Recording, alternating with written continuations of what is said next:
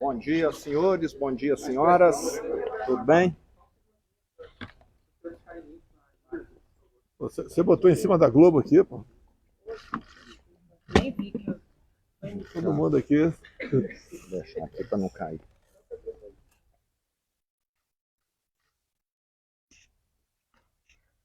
Podemos? Bom, então, mais uma vez, bom dia.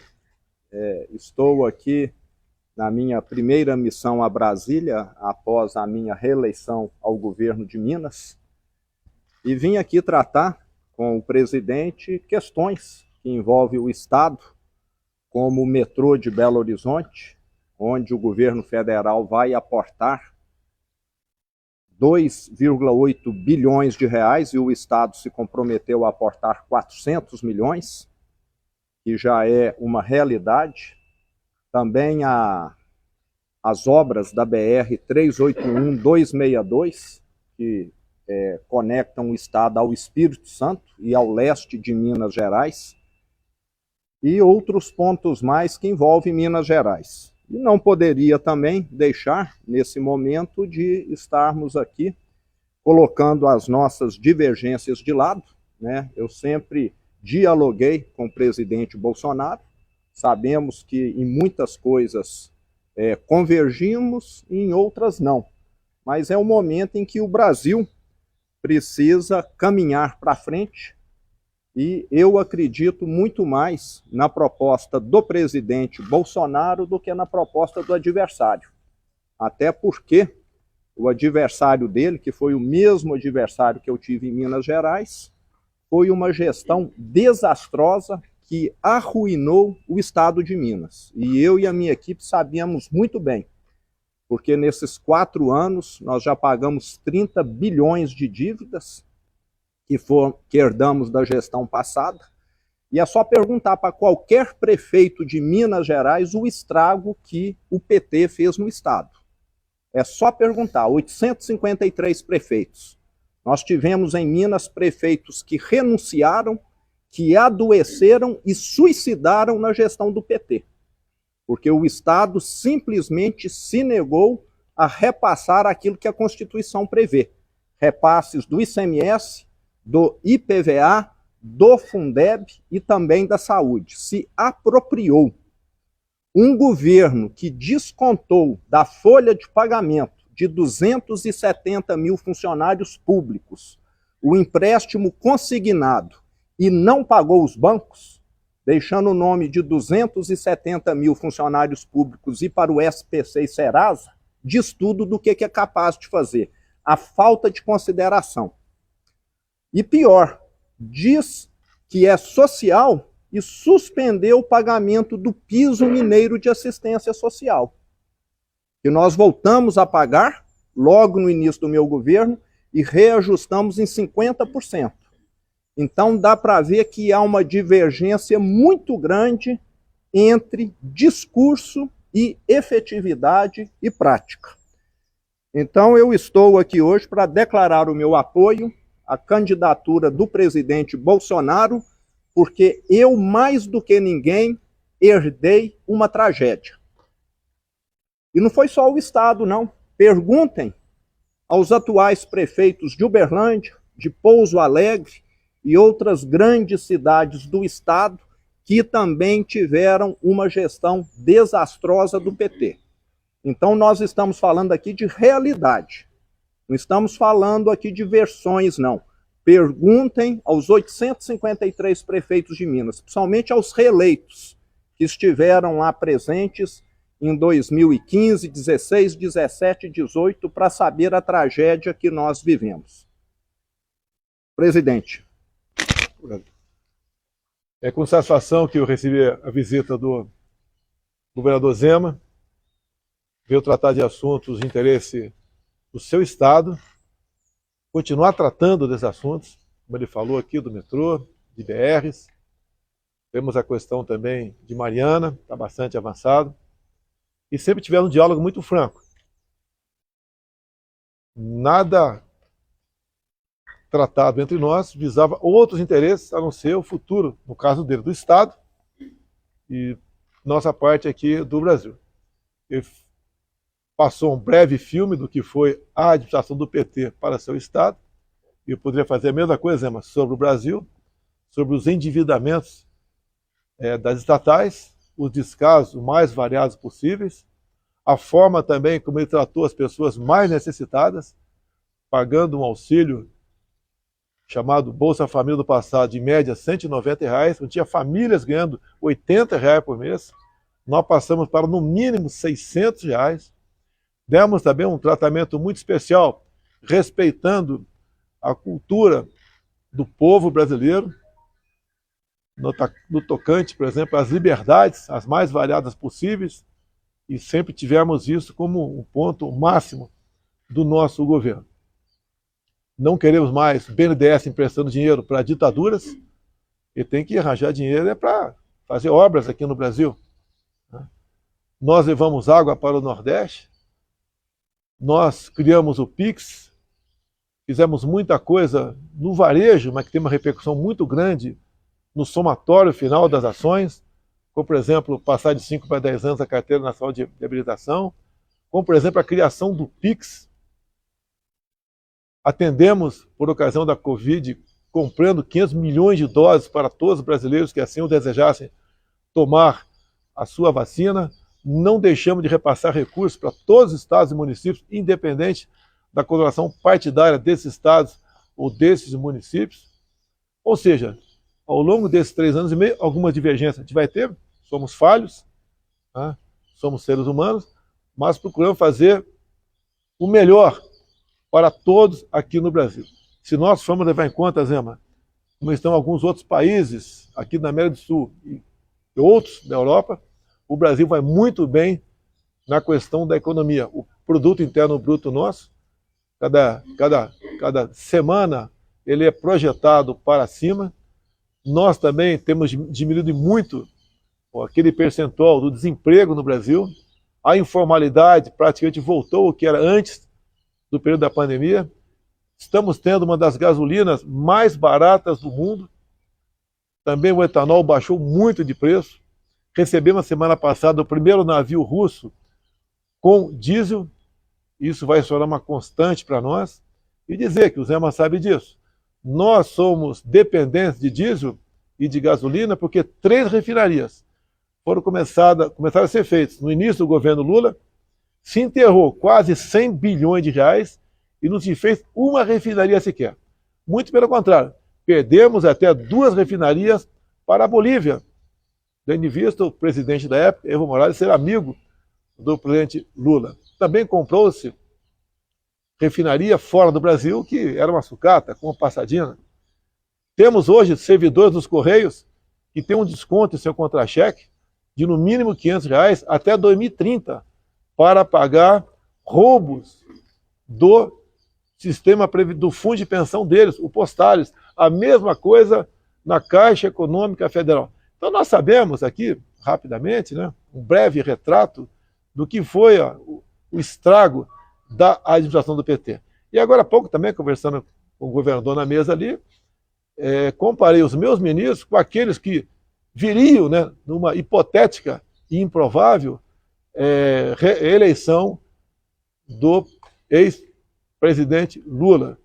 Simplesmente é incomparável. Temos aqui 2 ministros me acompanhando, o da infraestrutura, que mesmo com teto de gastos fez muito mais do que mais de 14 anos de administração do PT, e também a questão do meio ambiente, que é uma questão muito sensível a todos nós, e nós comparamos com outros ministros do meio ambiente. O que poderia vir no governo Lula seria um travamento de tudo quanto é obra no Brasil. Ou seja, também falamos rapidamente sobre o que é o Brasil perante o mundo, a sua importância. Somos hoje um dos maiores produtores de alimentos do mundo, temos projetado também, sermos os maiores produtores de energia verde via eólica offshore. Nós vamos reindustrializar o Nordeste com isso. Países já têm nos procurado para buscar contratos. Ou seja, o Brasil está despontando para realmente ser aquele país que interessa e é o sonho de todos nós.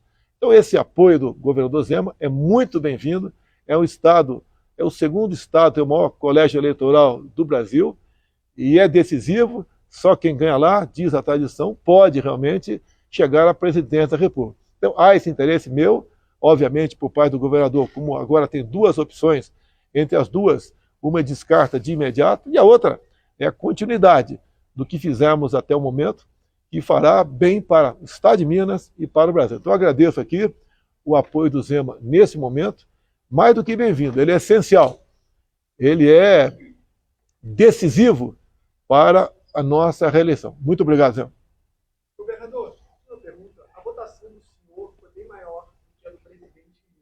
Quer saber o que o senhor atribui esse resultado e o senhor acha que dá para diminuir essa diferença?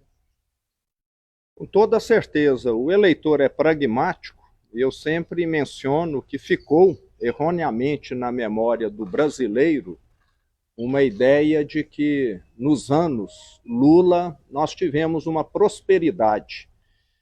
Eu sempre coloco como comparação que naquele período foi como se um atleta tivesse tomado anabolizante. No primeiro momento foi muito bom, e depois a conta veio amarga, né, através de diversos problemas de saúde. Primeiro muito músculo, muita força, depois problemas renais, de impotência, problemas cardíacos, etc. O que o PT fez com o Brasil foi isso, maquiou um desenvolvimento econômico. E nós tivemos em 2015 e 2016 a pior recessão da história, enquanto o mundo crescia. Só o Brasil conseguiu dar marcha ré em 2015 e 2016. Entre 2015 e 2016, perdeu-se 3 milhões de empregos no Brasil. Em 2020 e 2021, com a Covid, criou-se quase 3 milhões de empregos no Brasil. Imagine se tivesse tido essa pandemia fosse com uma administração do PT no Brasil. Por favor, o apoio do governador Zema, o senhor acredita que é possível virar a eleição em Minas? Eu tenho certeza disso. O Zema tem gosta de grande credibilidade, dado a administração que ele fez.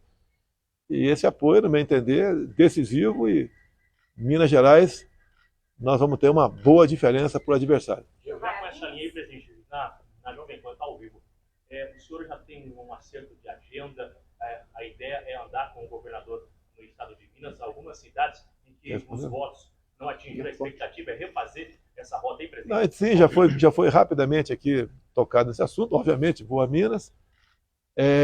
Dia 12, votar em Minas Gerais, no encontro com o apóstolo Valdemiro, tá? Um encontro religioso. Eu até já agradeci ele agora há pouco, fiz um vídeo para ele. E temos também já pré-acertado uma agenda política no Estado. Eu pretendo ir pelo menos 3 vezes ao Estado de Minas Gerais. Você vai a São Paulo hoje, presidente? Tenho 2 eventos também religiosos em São Paulo, vou com a minha esposa, que ela é evangélica. E temos uma outra atividade também, está faltando a gente só a confirmação para participar da mesma. São 2 policiais militares que foram feridos, uma situação cujos criminosos receberam recurso para executar essa ação criminosa, 2 policiais fardados, por ocasião do dia das eleições, graças a Deus sobreviveram, e nós vamos me inteirar melhor desse assunto, e se for possível, se assim as autoridades sanitárias permitirem, pretendo visitar esses policiais. Hoje o senhor recebe o governador Cláudio Castro também? O senhor pretende receber outros governadores eleitos, presidente? Olha, eu conversei com o Cláudio Castro por telefone, está fechado o apoio dele. Conversei também com o Ronaldo Caiado de Goiás, devemos encontrar brevemente. Conversei também com o Ratinho Júnior do Paraná, e está a princípio, está pré-acertada uma agenda que deve ser em Minas Gerais, com o Zema, para nós ali, discutimos mais sobre o futuro de cada ente da federação. Mas a agenda do auxílio aí, presidente, tem expectativa de aumentar para atender as mulheres? Olha só, a questão das mulheres é uma narrativa contra a gente. Você pega, por exemplo, 420 mil títulos da reforma agrária, 80% foram para as mulheres.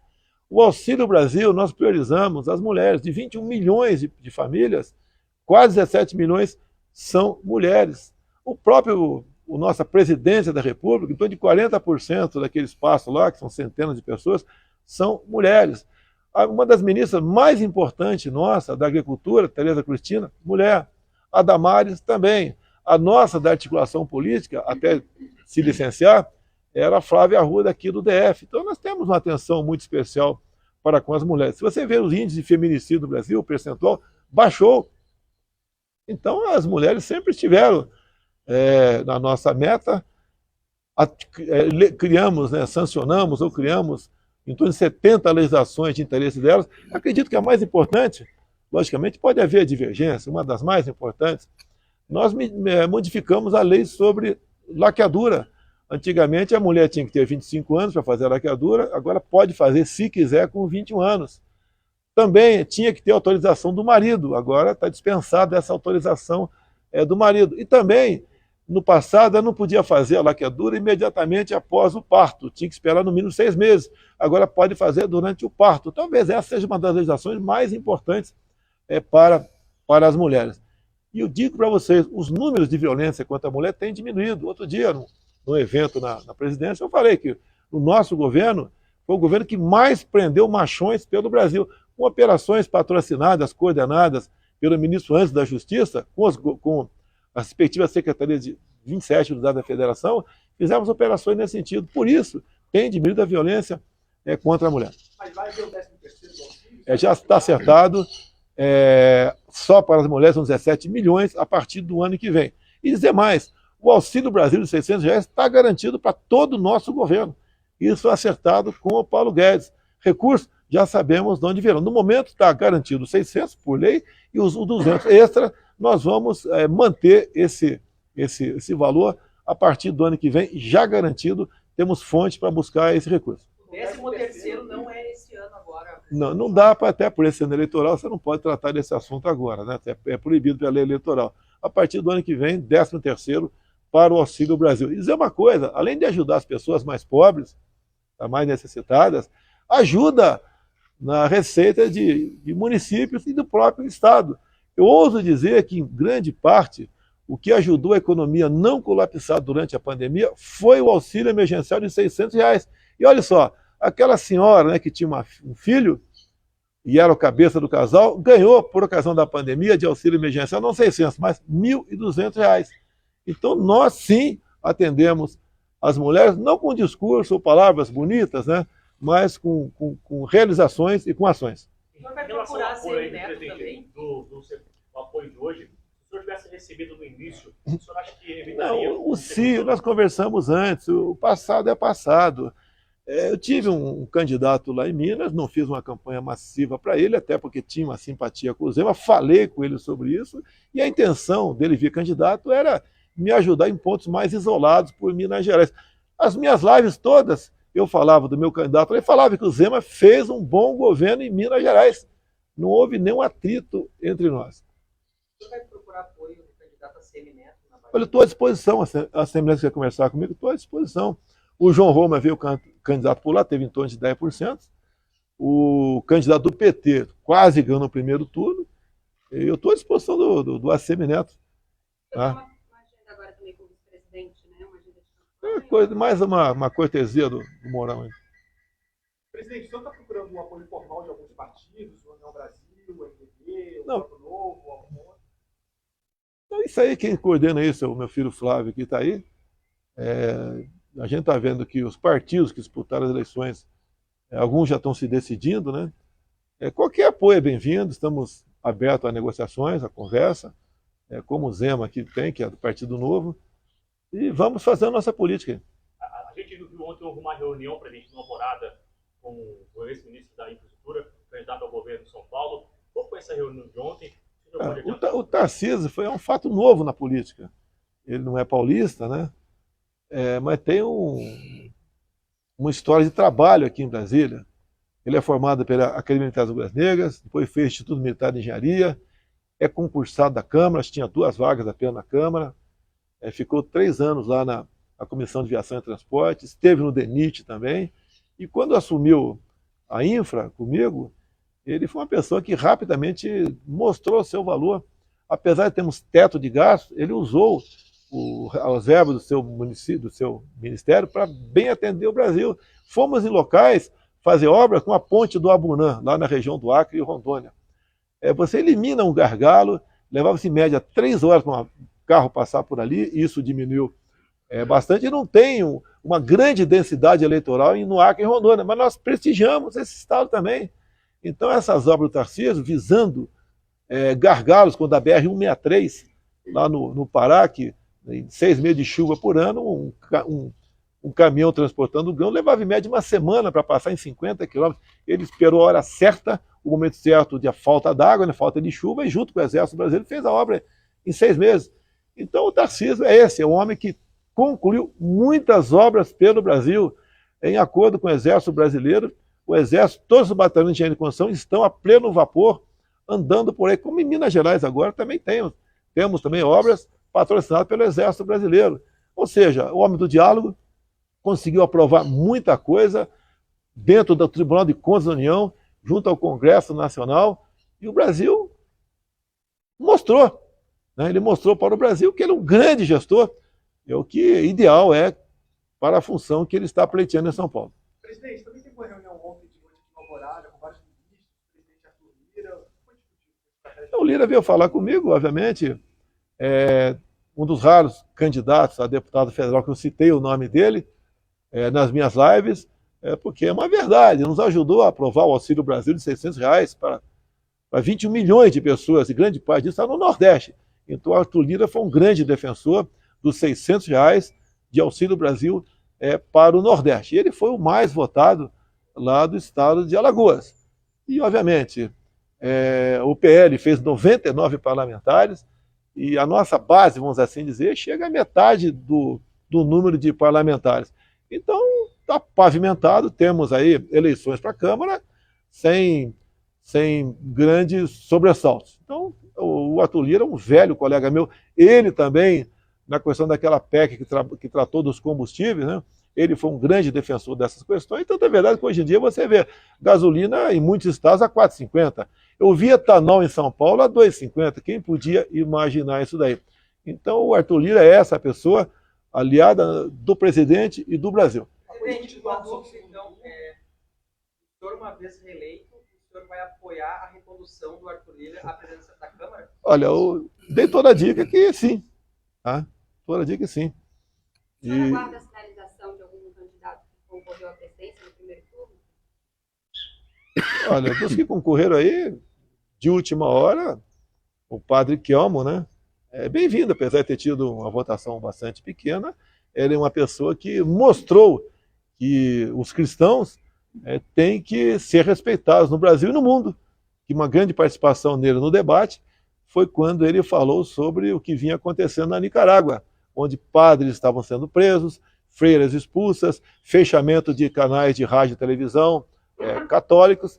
E uma das últimas medidas lá do Ortega, que é amigo íntimo do Lula e cumprimentou o Lula agora para ir para o segundo turno, ele proibiu a comemoração do Dia da Bíblia por parte dos evangélicos e proibiu os católicos de fazer procissão.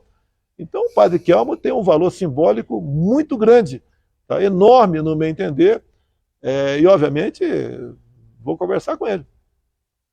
Da terceira e do quarto. Olha, pelo que eu estou vendo aqui, o PDT está bastante inclinado a apoiar o Lula. E a Tebet pessoalmente, né? As informações que eu tenho.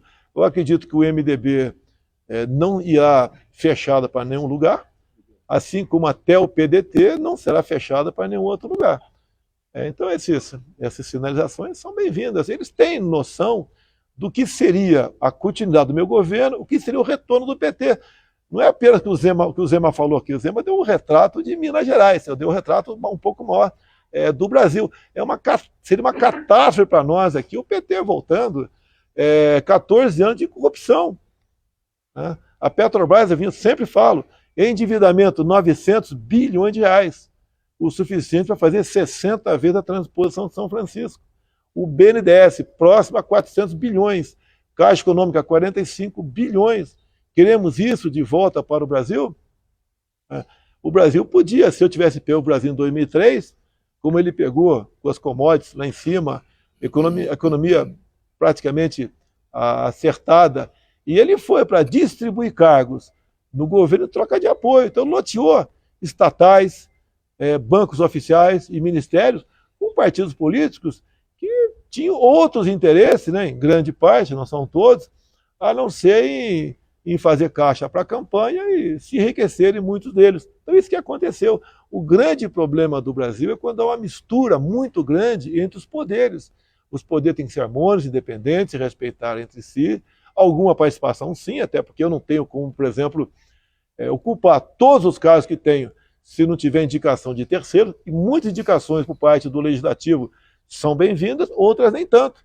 E a gente faz o dever da triagem e toca o barco. Vocês não viram no meu governo troca de ministério por interesse político partidário. Hoje, nós e os partidos de centro vivemos em harmonia. Aprovamos muita coisa, com o marco do saneamento, reforma da Previdência, o novo marco das ferrovias, startups, lei da liberdade econômica, Auxílio Brasil de R$600 para 21 milhões de pessoas. E está indo bem o Brasil. E nós conseguimos ali buscar um ponto de equilíbrio e funcionarmos em harmonia. Em relação aos apoios na presidente de São Paulo, com esse atual governador, acabou não tendo resultado esperado. Você vai tentar um apoio também? Com o Rodrigo... Sim. Eu devo conversar, está previsto eu conversar com o Rodrigo hoje, mas é uma questão nacional, não é uma questão local, né? Local, ele trataria com o Tarcísio. Desconheço qualquer trabalho nesse sentido. Comigo, vou conversar com o Rodrigo Garcia hoje sim. Está previsto pessoalmente, não bati o martelo ainda, né? Seria no aeroporto lá esse encontro. Até que eu não poderia ir lá no governo dele, porque a minha agenda está muito apertada. Em São Paulo, tenho 2 eventos grandes religiosos, uma possível visita ao hospital, não teria como esse tempo de deslocamento é muito grande para mim. Então, estamos tentando ver se ele vai lá em Congonhas conversar com a gente. Para discutir um apoio ao senhor. Conversar sobre política. Ali é o namoro, né? Se a gente vai parte para o noivado ou não. Eu acho que tem tudo para a gente conversar sobre São Paulo.